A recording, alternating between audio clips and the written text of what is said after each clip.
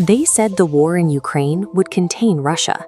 Instead, Moscow is building the largest military force on NATO's doorstep since the Cold War. According to Scandinavian intelligence, a 42 billion ruble federal program is now funding a massive, systematic expansion of military infrastructure along the entire northern European border. Once the active fighting in Ukraine freezes or concludes, these new facilities are designed to house a permanent force of up to 115,000 troops along NATO's immediate frontier. Before we examine exactly how this massive frontline is taking shape, please subscribe to Global Warwatch Network to stay updated on the shifting realities of global security. This buildup shifts the strategic reality for Europe. The primary threat to NATO is moving toward a permanent, heavily armed encirclement of its northern frontier. Russian bases like Pechenga and Petrozavodsk are undergoing rapid expansion. In Karelia, directly on the Finnish border, the 44th Army Corps is projected to scale from 20,000 to 80,000 troops. NATO's countermove was to transfer Finland, Sweden, and Denmark under the operational control of the US-based Joint Force Command Norfolk. The physical anchor of this shift is the Forward Land Forces, or FLF, stationed in Finland. This unit is built around a specialized 600-strong Swedish battle group designed for subarctic combat. Their presence serves as a political and military trigger for immediate collective defense if the border is crossed. This architecture integrates previously separate national commands into a unified, US-backed rapid response apparatus. Deep within Russian territory sits Lake Ladoga, Europe's largest lake, located only 40 kilometers from the Finnish border.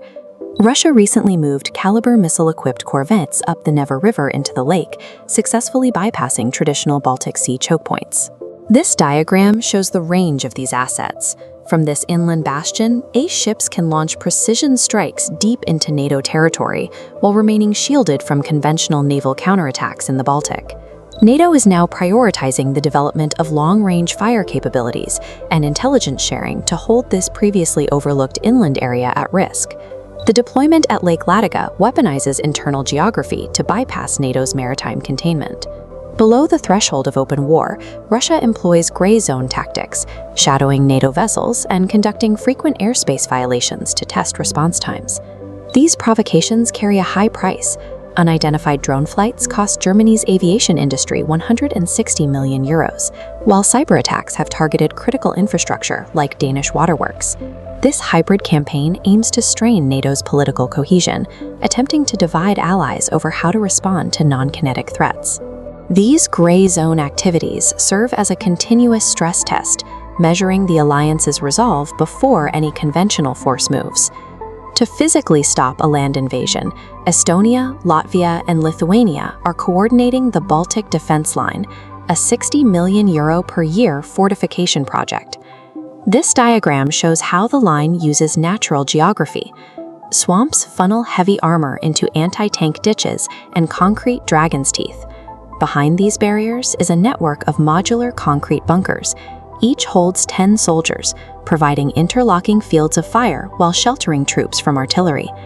Engineers designed this system to act as a friction zone, bleeding enemy resources and buying time for NATO reinforcements to arrive from Germany and Poland. This project marks a shift in NATO policy, moving away from trading space for time to a firm commitment to defend every meter of Allied territory from the first moment of an attack. NATO has effectively retired the tripwire doctrine, where territory might be lost and later recaptured, in favor of a permanent posture of deterrence by denial. Russia's 42 billion ruble border expansion is a long-term commitment.